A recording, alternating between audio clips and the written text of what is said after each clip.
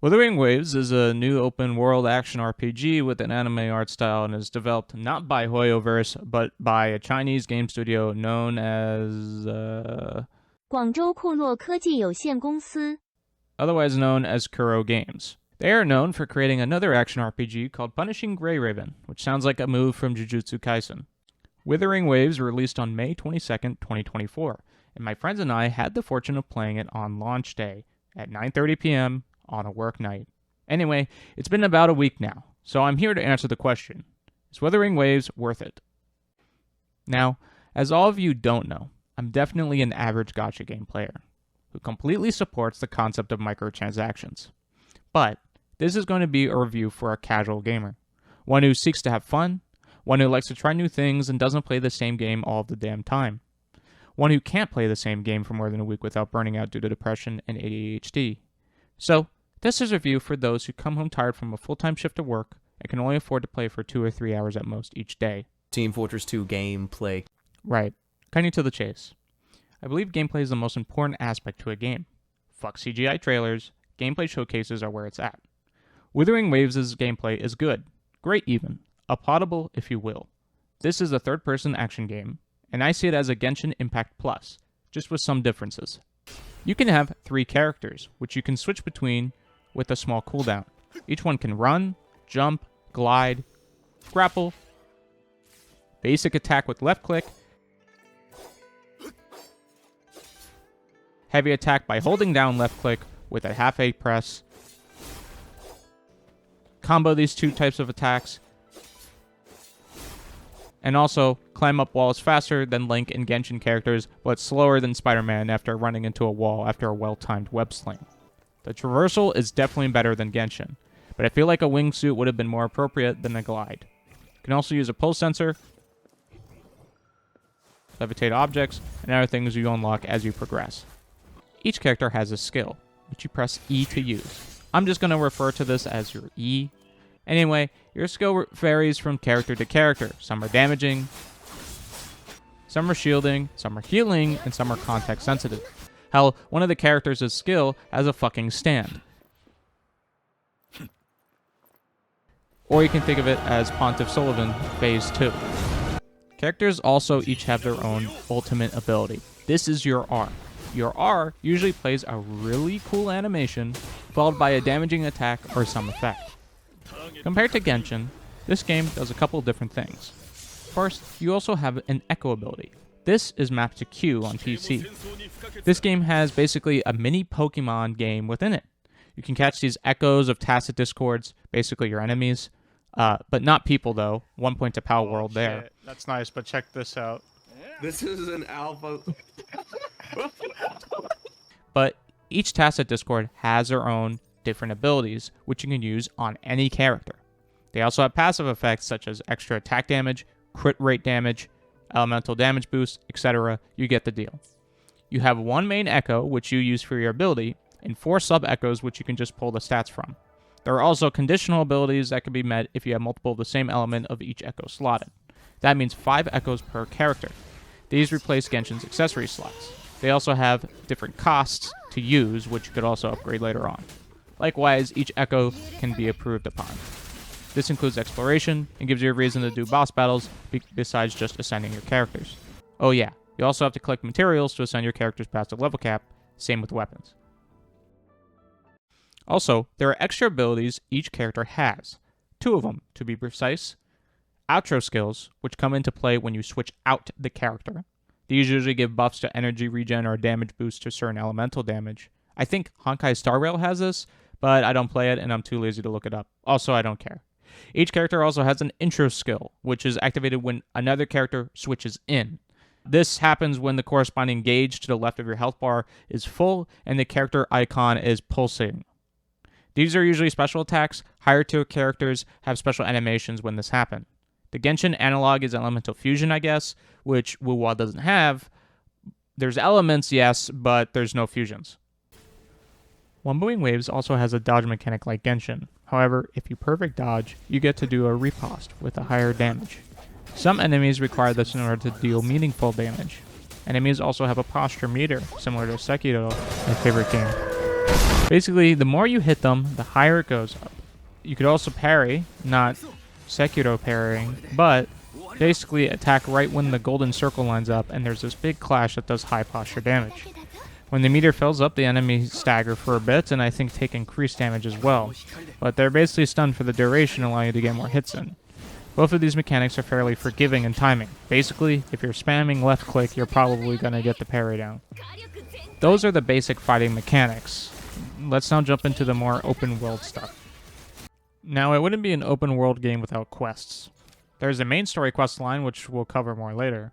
There's side quests, which are little nothings that I sometimes skip to get on with it and to boost up my union level to unlock more content. There's daily quests, which serve to boost your battle pass and daily activities. And yes, there is a battle pass. It is radio themed. Honestly, just call me Ado because I'm doing these radio quests all night. There's also character focus quests, which usually are longer and help develop the personality of some of the resonators available to play, but are otherwise not prevalent in the main story.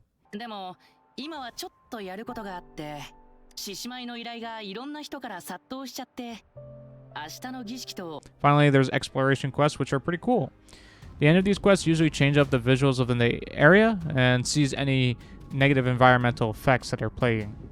They also unlock new bosses to fight for materials.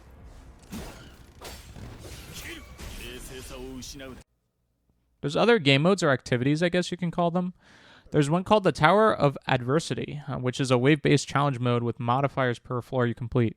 Basically, each floor, it'll say, hey, you do more havoc damage, or hey, the enemies have a stronger basic attack, blah, blah, blah. They're random, and the levels go up of each enemy. So it gets harder as you go up each floor.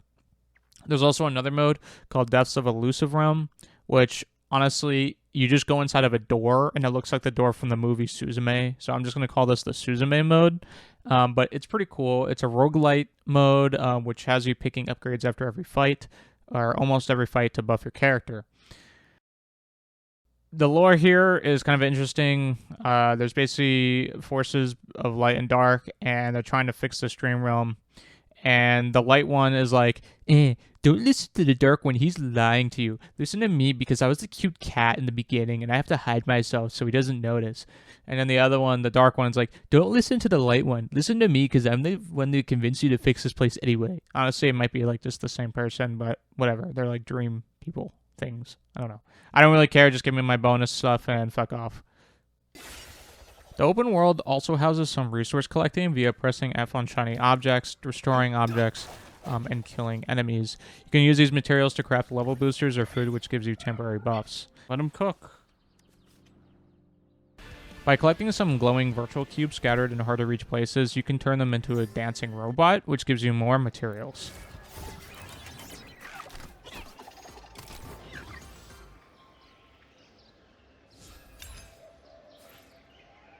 Collecting echoes, which I mentioned earlier, also improves your data storage for them, increasing the player's max stamina and rate of capture for higher leveled echoes.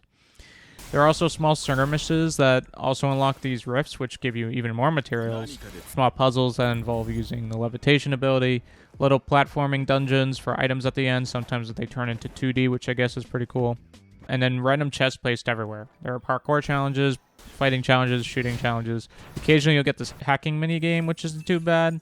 At least it isn't a BioShock type game. Oh yeah, and don't forget the Ubisoft towers you have to activate. Now this is a story. The story is...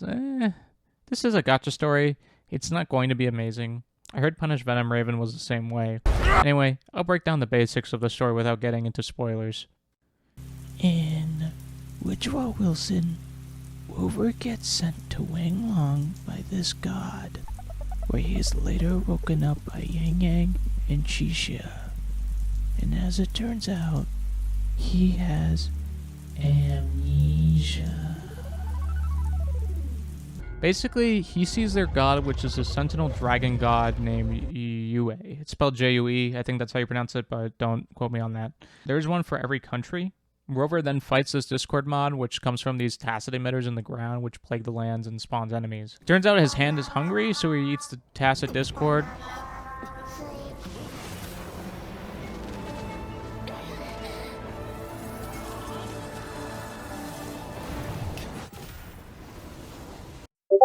and everyone's like, whoa. They're basically tasked with doing a bunch of bullshit to meet with the Jinzo leader, the head magistrate, white-haired bitch. Also, there's this evil organization that wants to turn everyone into resonators, the enhanced humans of this world, with Scar from Fullmetal Alchemist. Blah, blah, blah. You eventually go to each land and help the Sentinels in some way to prevent the evil group from destroying the world. Like I said, nothing too different. Basically, Genshin's story, but Genshin just has slightly more substance, I think. Well, at least there isn't Paimon, but my god, does everyone fucking yap. Computer generated. Graphics are anime styled. They look great. No complaints here. There's a lot of beautiful environment design in some areas. Caverns look fine. The indoors look fine. There's just one place that was super pretty after doing an exploration quest. In terms of sound, I can't remember anything being notable. Like, I'm sure if you play some part of the OST, I could probably say it's from Whispering Waves, but really nothing stands out. In terms of sound, it's basically the same thing. Everything is kind of there. The sound effects aren't really notable.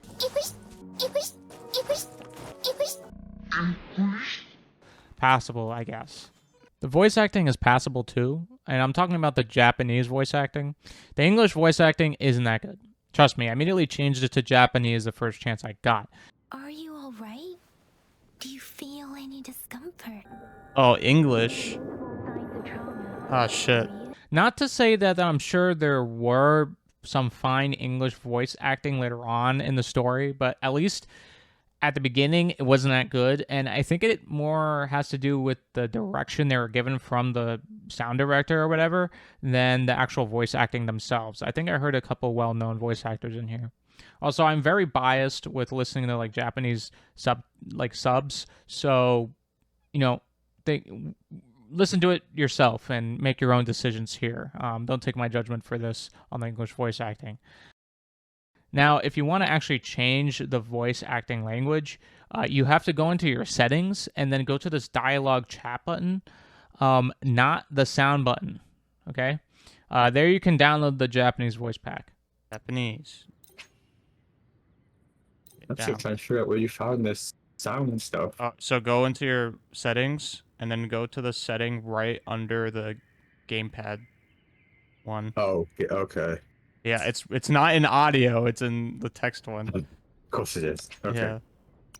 Okay. Now we have Japanese. I got a lot of problems with you people. Now you're gonna hear about it. All right, so this is where I outline all the problems and issues I had with the game. In terms of performance, the game runs all right. There's a sample size of 1 here, and I'm running an AMD Radeon RX 6800 XT and a Ryzen 7 5800X 3D processor on max settings in 1440p. So not everyone may run into the same issues. At some points in cities and in the wild, there are specific spots where the rest of the land seems to load at the same time. This causes lag spikes in the game. It's almost like a line drawn across the sand where crossing it lags your game. Basically, there was this was only irritating in 2 instances where I was trying to do a parkour challenge for a side quest, and I had trouble getting an input in because of that lag. And then the other one was a boss fight. It was just a frame drop. It was still playable, but it was annoying. And then finally, there's some noticeable pop in some areas. Really, in the city, if you're high up and you're looking down, you could see a lot of pop in. There's also a lot of pop out of some enemies. I'm kind of exaggerating here. It only happened to me once. But I was fighting this fucking turtle Discord mod, and it was a boss, and I was underleveled. So it was taking a while, right? It was taking me 5 minutes to get it down to like 25% health. And they slid into the back rooms the moment I touched grass. What? Oh, that didn't count. Please tell me it has its health gone. Why not, isn't it? Yeah. Alright, fuck off. It's a bit annoying. At least Elden Ring had the pleasure of showing you when the creature was changing their phase angle. Here, in Wuthering Waves, the thing just disappeared, and I had to restart the boss fight where I promptly just was like, fuck it, and I left. So that sucks. The game is also locked at 60 FPS. Just a word of warning, go into the display settings and make sure you change your locked FPS from 45 to 60. My friend Dave from the DGenZ podcast ran into this problem, and currently there is no native 144Hz support plus. Also, to switch the game resolution to greater than 1080p, which I found out about probably 30 minutes in, you'll need to switch first to windowed mode in display settings, then switch the resolution, and then switch back to full screen. You cannot change the resolution higher than 1080p when you're already in full screen. You must do it in windowed mode. And the resolution does not go higher than 1920 by 1080. Mine Okay. goes to like 38 by like 1900 or something. What? Yeah. And that's just like auto. That just Oh, I can automatically do went that, to but I have to go in windowed mode? And then Mine's still full screen. What? Okay, that's so stupid. I had to go into windowed mode, change the resolution, and then change it back to full screen. Easy. That's so stupid. Hey, it works. It works. If it works, it works. I was wondering why everything looked kind of crusty. Some of my friends also report better FPS when in windowed mode. That was the opposite for me. When I was in windowed mode, it was actually having my FPS. So try out for yourself, see if that helps. This may be fixed now by the time I'm recording this, but I can't be bothered to read the logs, except for the one time I did actually read the logs and found out that other players were having crashing issues. I have not crashed once, so just some anecdotal evidence there. Now, in terms of bugs, there's really only one I encountered, which was when I would press the map shortcut on PC, which is M, and basically your player gets locked in place like Neville Longass in Harry Potter and the Philosopher's Stone. Neville, I'm really, really sorry about this. Basically, you have to wait 5 seconds for the map to open up. It's really not that big of a deal. Quick tip, the game really hates screen recording software like OBS. You have to make sure you're on desktop capture mode and not window capture mode. Don't make that mistake like I did, because my screen was super stretched in the first 10 minutes of the game. The wind has brought us a warning. The Etheric Sea is converging. Etheric? It seems a new tacit field Wow, you is can still taking fight when you shape. forget everything. Etheric? Etheric? Excuse me. Wait, why is this super stretched out? The fuck? Hit the screen. Why is it? Hey there, buddy. How's it going? Why did I do that? Game hates OBS. Stretch screen. Oh, Okay, we're just gonna get wide. Now, here's my biggest problem. The writing suffers from tell not show. What do I mean by this? Well, I can't count the number of times the game likes to fade to black, show some white text explaining what I just did, and then fade back. In some cases, like for side quests, this is fine. It gets overdone. It gets a bit annoying, but it's fine. It's a side quest. Who cares? But in the main story, there were two very egregious cases of this happening. The first one was when our resident monk, I believe her name is Shan Xing, but I might be completely wrong in that pronunciation. Anyway, she was explaining her backstory to you. So instead of showing her actually explaining the backstory, it cuts to black and says that she explains it. But then it fades back, and then you ask her questions, which would have been naturally answered in her explanation. So it's like Rover didn't fucking pay any attention to what she was saying. And it makes him seem stupid. Is Rover stupid? I don't know. But the writers are stupid.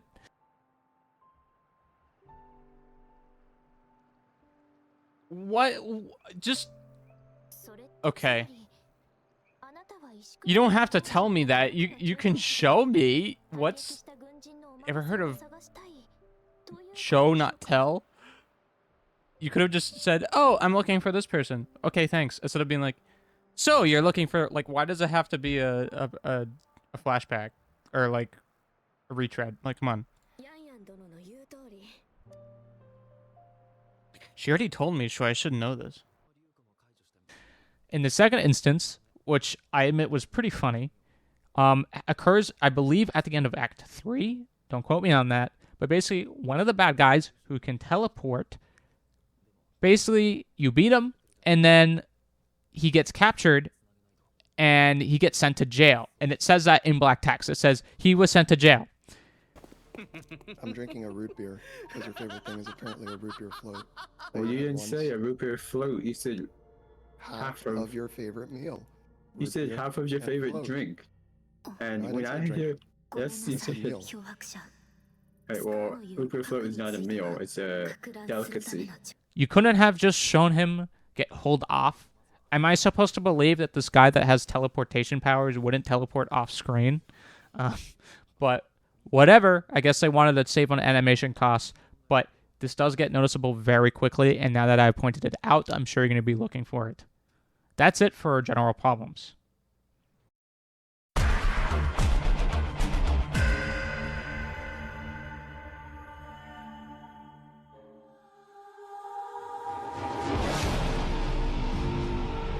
At the end of the day, Woo Woo is a gacha game. For those of you that have been living under a rock for a while, a gacha game is a game that has microtransactions in them, usually for a random chance to get a playable character or a weapon of some sort. Gacha is short for gachapon, which are these capsule vending machines you see basically in a local grocery store, Stop and Shop, Publix, whatever. They're also all over Japan, like literally everywhere. And honestly, they're named Gacha, and I like to think of them as gotcha because this companies go gotcha when they seemingly drain money from your wallet. It's a form of gambling. Don't let anyone tell you otherwise. It's gambling. Some of my friends say, oh, but you're guaranteed to get a 4 or 5 star after X amount of rolls. It's better than other games. Well, a fucking claw machine at a bowling alley does the same thing. You're guaranteed to win if you can literally line up a fucking claw, which of course you can. And at the end of the day, you're still gambling because it's a random chance if the claw fucking grabs the stuffy that you want.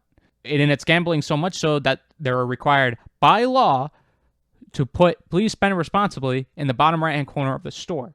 They are also required by law to display all the chances for you to win everything. It's fucking gambling.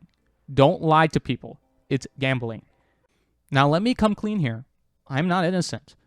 The only time I ever spent money in gacha and or in microtransactions in video games was just once. And it was for that fucking money skin for Black Ops 2 in 2012. I've done it in real life due to peer pressure and got these Wario and Waluigi stickers, which I have to hide from guests. And also this Gobda figurine, which is pretty cool, I guess. Except that Matt and Jax from our podcast got that one too, so I'm not special at all. But that's besides the point. To get new characters, you have to use the gacha mechanic called convene. There are different banners you can choose from that rotate over time for different characters in the pool. You have 4 currencies to work with here. The first one, Lustrous Tides, these are used for standard banners. Radiant Tides are for character-specific event banners. These have a higher chance to pull a specific character. There's also a weapon banner currency too. And finally, you have Asterite, which is what you use to convert between the different currencies. Also Luminite, which can be converted to Asterite, which then can be converted to other things. It's kind of stupid. But you can convert 160 of Asterite to get any of the other currencies. Just one of them. To be fair...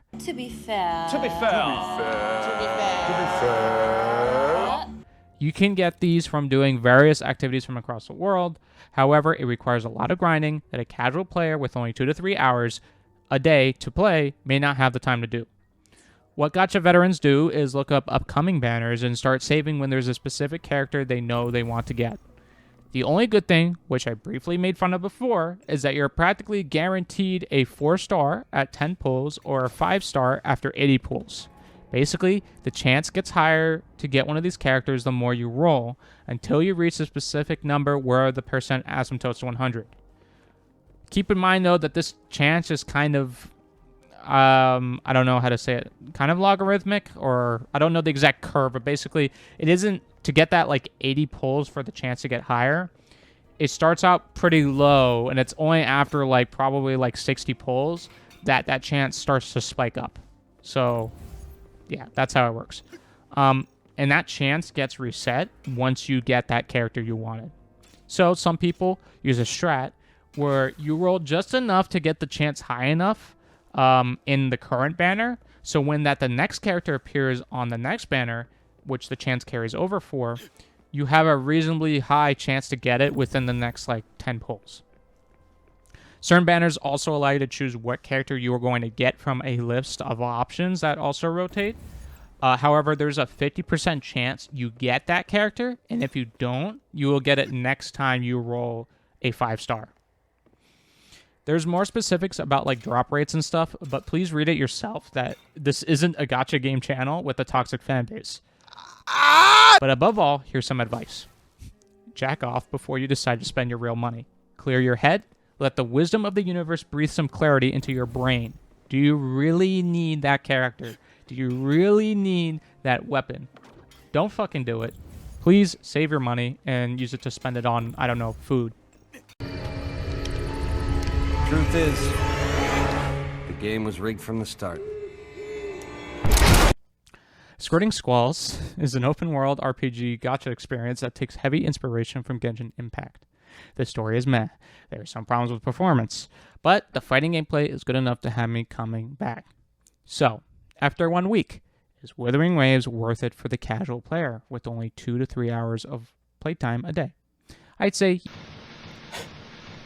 Yeah. give it a try. It's on PC, Mac, PS4, PS5, Android, iOS. Actually, it's also a good thing it came out, because now Genshin Impact has some competition, which has already provided some fruitful results in that game.